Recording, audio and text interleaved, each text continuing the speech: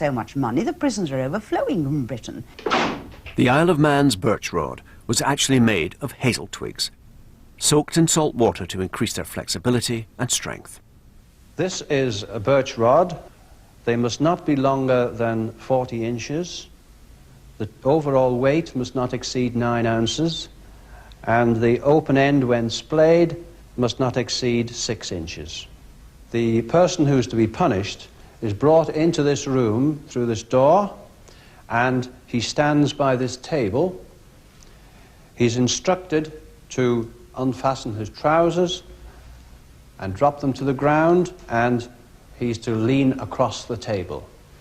I understand in recent weeks you have changed the rules so that a person may now be birched wearing his trousers. Previously it had to be on the naked buttocks. Yes, that's quite correct. The rules by the governor have been changed recently to that effect. But all the people actually birched on the Isle of Man in history were all birched on the naked buttocks. That's quite true.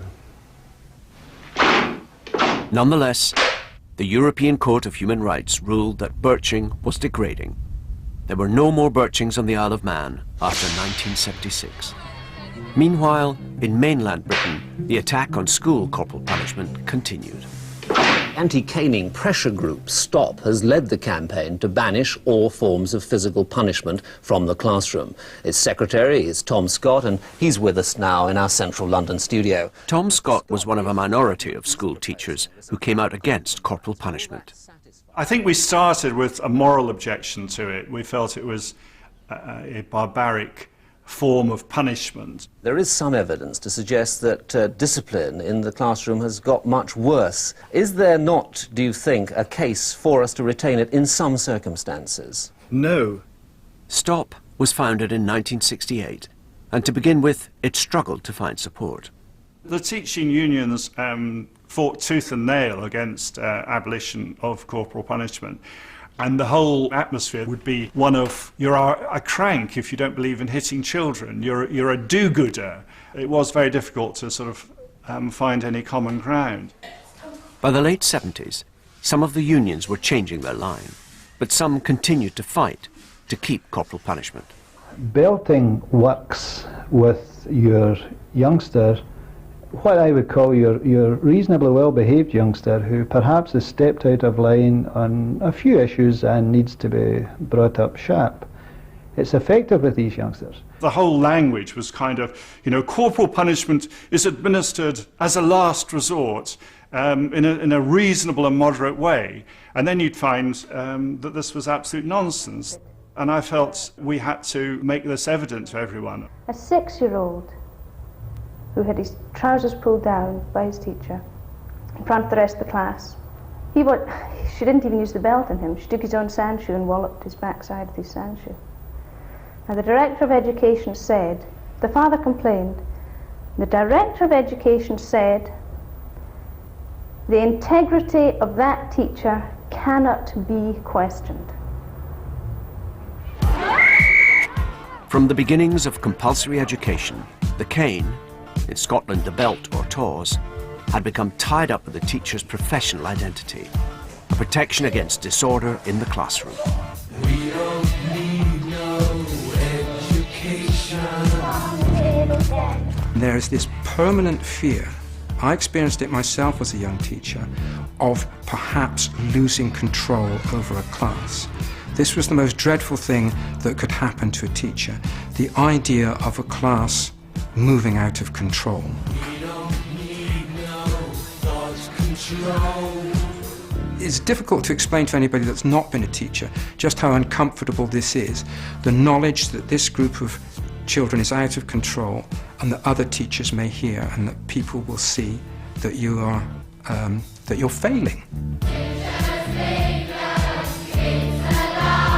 It would almost be like you were in the trenches and teachers would sometimes say, right, once more under the breach, and they would think of it as being that sort of battle where they'd have to survive.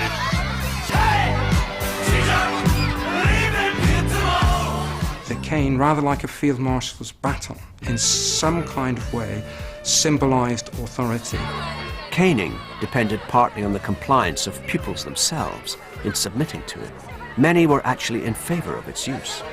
I think they should use the cane for people they've been warned before, they've had other punishments, detention or suspension or lines, and it just doesn't have any effect on them. When I went into teaching myself, certainly there was no thought of corporal punishment on my part. But there was a 15-year-old boy that I was teaching in my first year of teaching and having a lot of trouble with. He was disruptive, noisy, difficult to teach. I said, why are you like this? Why are you behaving so badly? Why are you making the class so difficult for everybody else? And he said, you should hit us. You ought to hit me. And I was absolutely stunned. I said, what do you mean? He said, if you don't hit us, you're not going to get anywhere. And he made it very clear to me that I looked weak and that if I didn't do something to rectify the situation, I was never going to get his respect. Most children want discipline, want authority, want structures. I'd hate to be suspended, my mum would kill me. You know, everybody'd know you'd been suspended because you weren't in school. But if you had the cane, it's so quick and sharp that it's over in a few seconds. It wouldn't make an imprint on my memory anyway. I think you have to treat violence as violence in some cases. You have to be bullying in the school. I think the only way to stop it is through caning. And if then it doesn't stop it, it ends out of the school's hands. I don't think anything else would really act as a deterrent other than caning. Many pupils, parents and teachers may have defended the cane, but increasingly the media was airing the views of the abolitionists.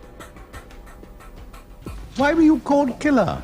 Well, I was the gentlest of men. Actually, I never laid a hand on a pupil unless I stumbled in the aisle.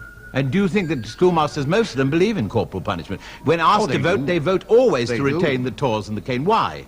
Because when you are actually thrashing a child, you don't have to be teaching him. There you are. You see, you know the ropes too well. Do you think you have any right to morally dictate to the child its course of conduct? Do you think you have any right to teach it religion? Do you think you have to keep on dinning into its head the Christian ethics when you don't believe in them or subscribe to them yourself? Do you believe? Of course we have the right to do this. After all, we are faced with a formless mass of more or less social nuisances. I mean, you are giving to the child a dignity, an intelligence, a genius that the child does not have. Anti-corporal punishment campaigners STOP were even given their own programme. 4 out of 5 British schools still use corporal punishment. In many schools it is an everyday event. In most parts of Britain, teachers can cane infants, girls and boys of all ages up to 18, and even the mentally and physically handicapped. In most areas... The Open Door film was kind of one of the first things I got involved in. It was quite a good opportunity because the whole idea of the Open Door was to give editorial control to campaigns. It was a great way of publicising one's cause. Is this professional, Mr. Jarvis? Or this? One argument highlighted in the Open Door film was the possible sexual element in corporal punishment. It's this common knowledge that there can be a sexual element. And one sees the sort of spate of pornographic magazines you can buy in Soho. They make this quite explicit.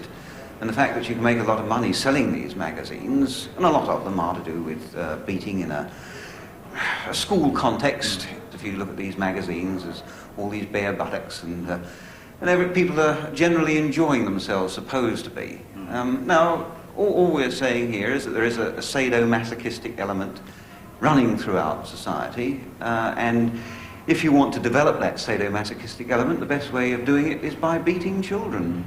Which was one that the adherents of beating hated it whenever we made that argument. The idea that punishing children could affect their sexual instincts was nothing new. Particularly influential were the ideas of a 19th century psychiatrist working in Austria, who had written a best-selling book about sexual behaviour.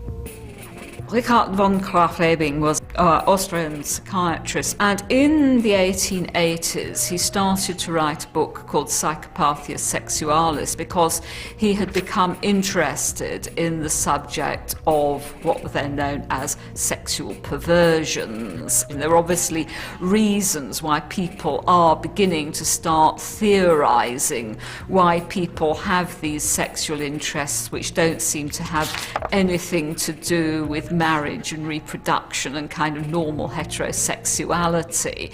And he creates the term sadism based on the name of the Marquis de Sade, whose writings were of course well known by that time, and masochism, which is based on the Austrian writer Leopold von Sacher-Masoch, who had written the famous Venus in Furs, which is a novel about a man who becomes the sex slave of a woman in furs with a whip.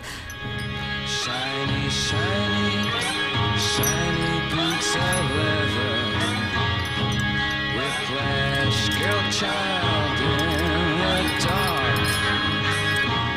Sadomasochistic practices existed well before the invention of the term.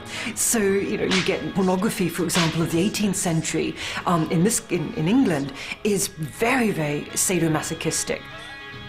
Krafft Ebing collected not only tales of sadomasochistic fantasies, but also images. This is, you've got a man who's on all fours. I guess it's what they would call pony play, where he's being a horse for her. Well, there is a long history of the idea that some people get off on flagellation. One of the Restoration comedies, there's a character who goes to a prostitute who is essentially a dominatrix to get his kind of erotic flogging. And she kind of says, well, how did you get to have this rather peculiar taste? And he says, oh, I learnt it at Westminster School. So that connection between corporal punishment in the school context and the later kind of fetish was established clearly quite early on. But the theories of the late 19th century added another dimension to all.